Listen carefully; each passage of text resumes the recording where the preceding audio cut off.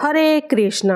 प्रिय भक्तजनों, आज श्रवण करेंगे पाप मोचनी एकादशी व्रत की कथा। हिंदू पंचांग के अनुसार चैत्र मास के कृष्ण पक्ष में पड़ने वाली एकादशी को पाप मोचनी एकादशी कहा जाता है। कहते हैं पाप मोचनी एकादशी व्रत रखने से मनुष्य के सभी पाप नष्ट हो जाते हैं और अंत में मोक्ष की प्राप्ति होती है। ऐसा मनुष्य नहीं है जिसने जाने अनजाने में कोई पाप न किया हो।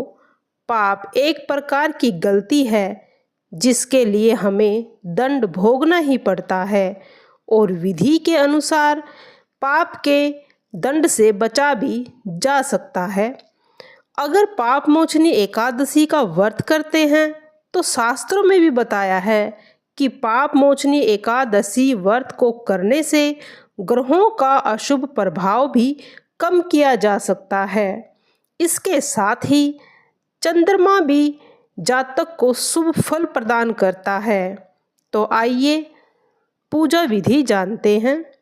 एकादशी के दिन सुबह उठकर स्नान करने के बाद मंदिर में जाकर भगवान विष्णु के समक्ष एकादशी का संकल्प लें। उसके बाद पूजा करने से पहले एक वेदी तैयार करें, उस पर 7 धान रखें। वेदी के ऊपर एक कलश को भी स्थापित करें और उसमें आम के या फिर अशोक के 5 पत्ते सजा दें। वेदी पर भगवान विष्णु की मूर्ति को रखें। इसके बाद भगवान को पीले फूल, मौसमी, तुलसी दल अर्पित करें। इसके बाद एकादशी की कथा सुने और धूप दीप से विष्णु जी की आरती करें। रात्रि भर भजन कीर्तन करते हुए जागरण करें।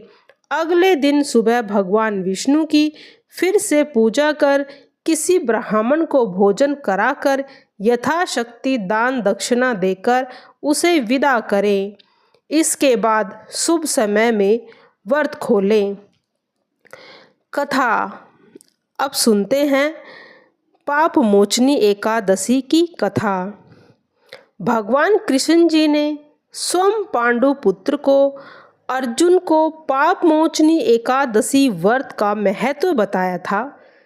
कहा था कि राजा मानदत्ता ने लोमस ऋषि से जब पूछा कि अनजाने में किए हुए पापों से मुक्ति कैसे हासिल की जा सकती है, तब लोमस ऋषि ने पाप मोचनी एकादशी का व्रत का जिक्र करते हुए राजा को एक पौराणिक कथा सुनाई थी। कथा के अनुसार एक बार चैवन ऋषि के पुत्र मेधावी वन में तपस्या कर रहे थे।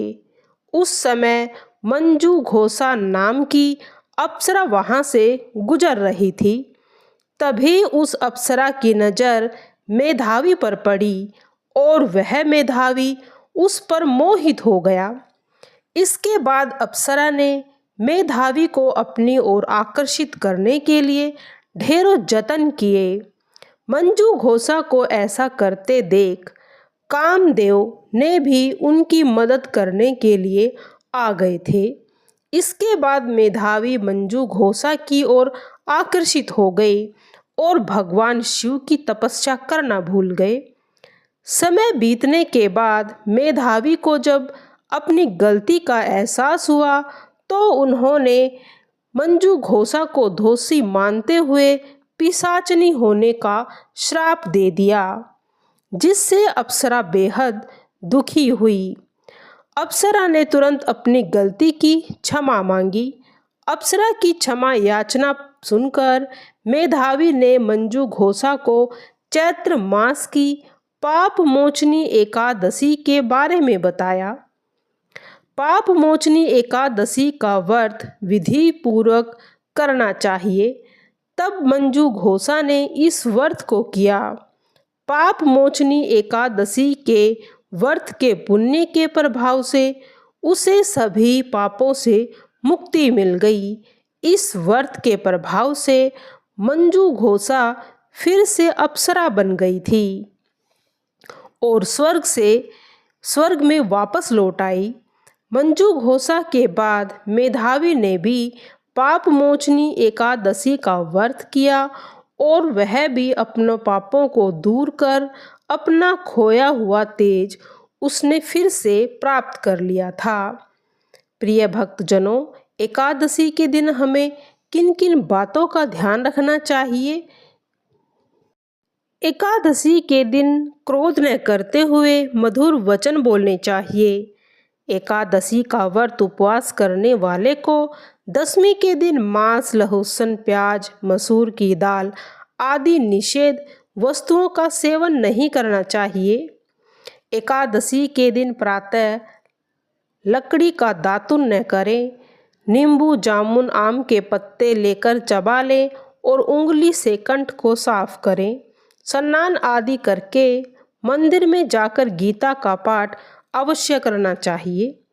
अगर गीता का पाठ नहीं हो पा रहा है तो विष्णु चालीसा का श्रवण जरूर करना चाहिए। इसके बाद आप ओम नमो भगवते वासुदेव का भी मंत्र का जाप कर सकते हैं।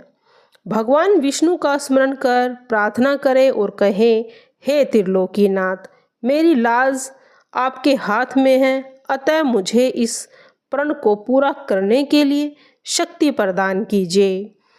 इस दिन आपको बाल नहीं कटवाना चाहिए, सच बोलना चाहिए, यथाशक्ति दान करना चाहिए, किंतु स्वयं किसी का दिया हुआ दान अन्न आदि के रूप में ग्रहण नहीं करना चाहिए। दशमी के साथ मिली हुई एकादशी वृद्ध मानी जाती है।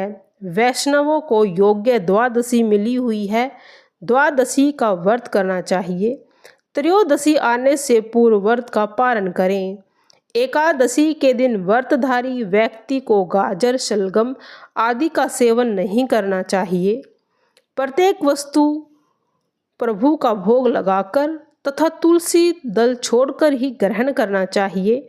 द्वादशी के दिन ब्राह्मणों को मिष्ठान दक्षिणा अवश्य देनी चाहिए। इस दिन विशेष रूप से चावल का प्रयोग नहीं करना चाहिए, क्योंकि चावल को बहुत वर्जित माना जाता है। अब सुनेंगे एकादशी माता की आरती। ओम जय एकादशी, ओम जय एकादशी माता। विष्णु पूजा व्रत को धारण कर, शक्ति मुक्ति दाता। ओम एकादशी माता। तेरे नाम गिनाऊं देवी, भक्ति प्रदान करनी। गण गौरव की देनी माता, शास्त्रों में वर्णी। मार्गशीर्ष के कृष्ण पक्ष की उत्पन्ना, विश्वतारिणी जन्मी। शुक्ल पक्ष में हुई मोक्षदा, मुक्तिदाता बन आई। ओम जय एकादशी माता। पौष के कृष्ण पक्ष की सफला नामक है। शुक्ल पक्ष में होय पुत्रदा, आनंद अधिक रहे। ओम जय एकादशी माता। नाम षटतिला माघ मास में कृष्ण पक्ष आवे। शुक्ल पक्ष में जया कहावे, विजय सदा पावे। जय एकादशी माता। विजया फाल्गुन कृष्ण पक्ष में शुक्ला आमल की। पाप मोचनी कृष्ण पक्ष में चैत्र महाबली की। ओम जय एकादशी माता। चैत्र शुक्ल पक्ष में नाम कामदा, धन देने वाली। नाम विर्थनी कृष्ण पक्ष में बैसाख माह वाली। ओम जय एकादशी माता। शुक्ल पक्ष में होय मोहिनी, अपरा ज्येष्ठ कृष्ण पक्षी। नाम निर्जला सब सुख करनी, शुक्ल पक्ष रखी। ओम जय एकादशी माता। योगिनी नाम आषाढ़ में जानो, कृष्ण पक्ष करनी। देव शयनी नाम कहायो, शुक्ल पक्ष धरनी। ओम जय एकादशी माता, कामिका श्रावण मास में आवई, कृष्ण पक्ष कहिए।